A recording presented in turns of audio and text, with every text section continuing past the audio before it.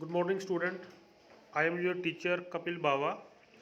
In previous lecture, we have discussed that what are the methods of heat transfer in electric heating chapter.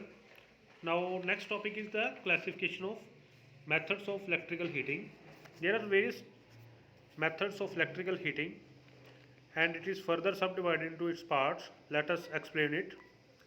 Electrical heating is divided into further two parts, that is power frequency heating and high frequency heating.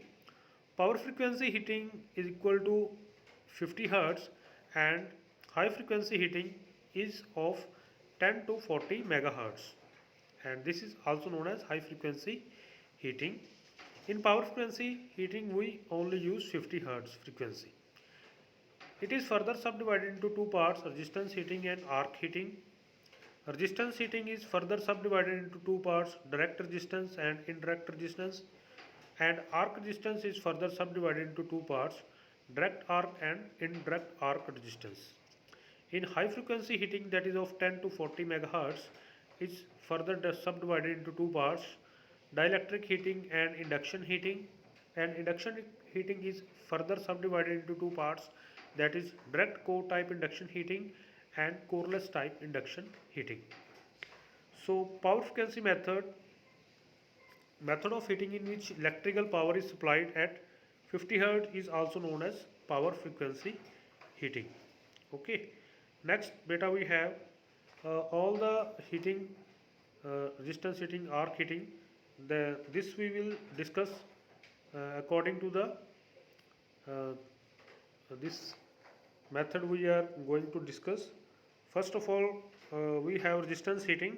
This method is based upon I square R laws. Whenever current is passed through a resistive material, heat is produced because of I square R laws. So in this I square R laws, we must have I maximum value and R must have the maximum value.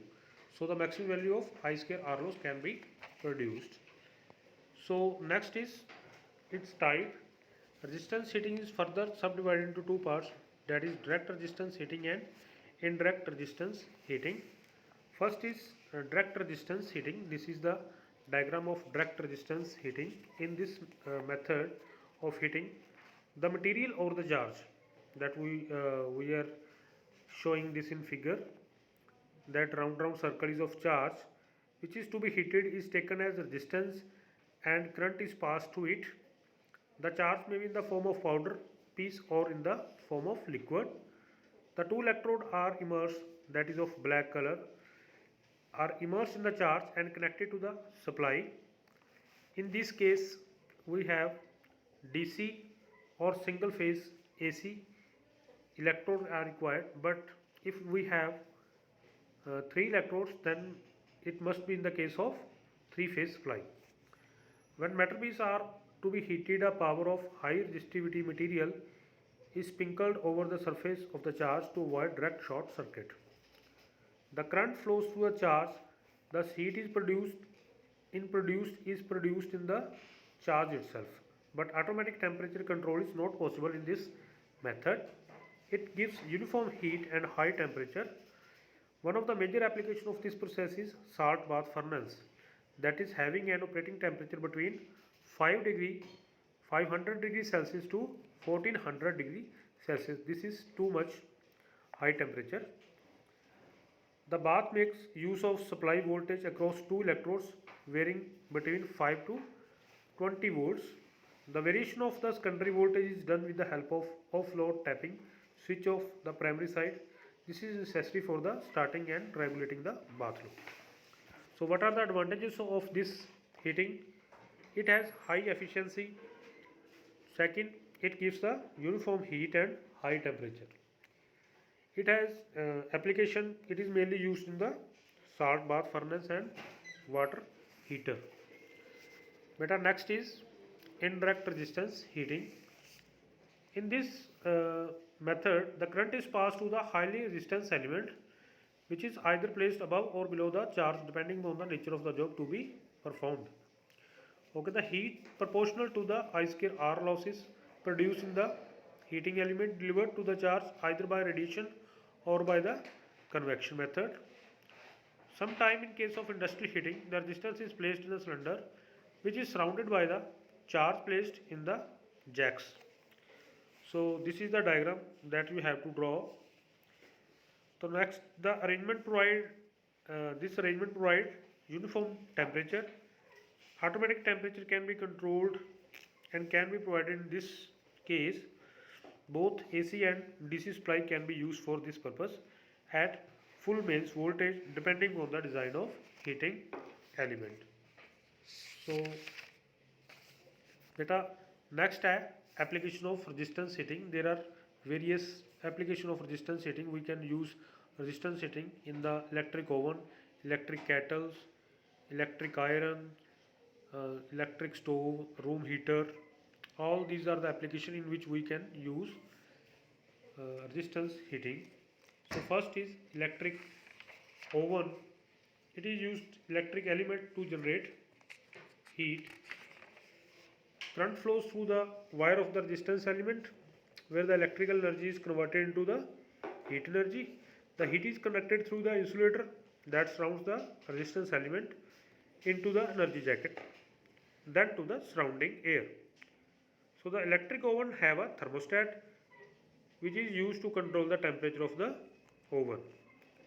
When the temperature goes above the set point of the thermostat, the element gets turned off.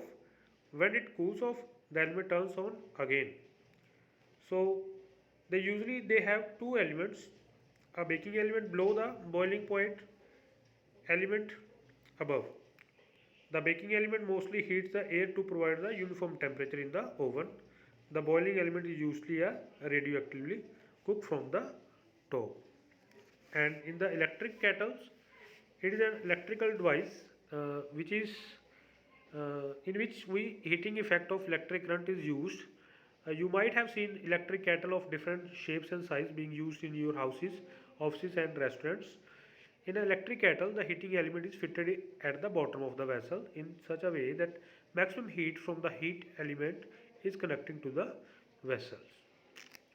So next application of this resistance heating is in the electric iron. Electric iron have basically four parts. First is base plate, second cast iron pressure plate, third heating element, fourth is upper cover with handle that is not shown in this figure. Okay, the heating element consists of fine nichrome strip wound on a mica sheet which is further enclosed between thin strip of mica.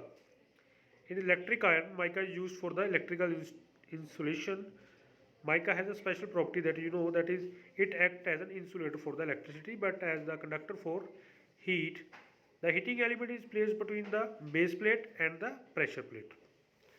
The pressure plates protect the heating element and does not allow to move it from its position.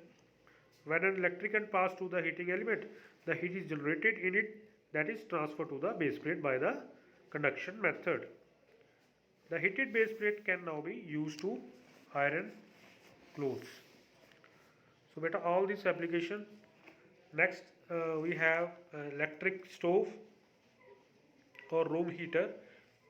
This also contain nichrome wires in the form of spiral arrangement in grooves of the ceramic plate or the rod.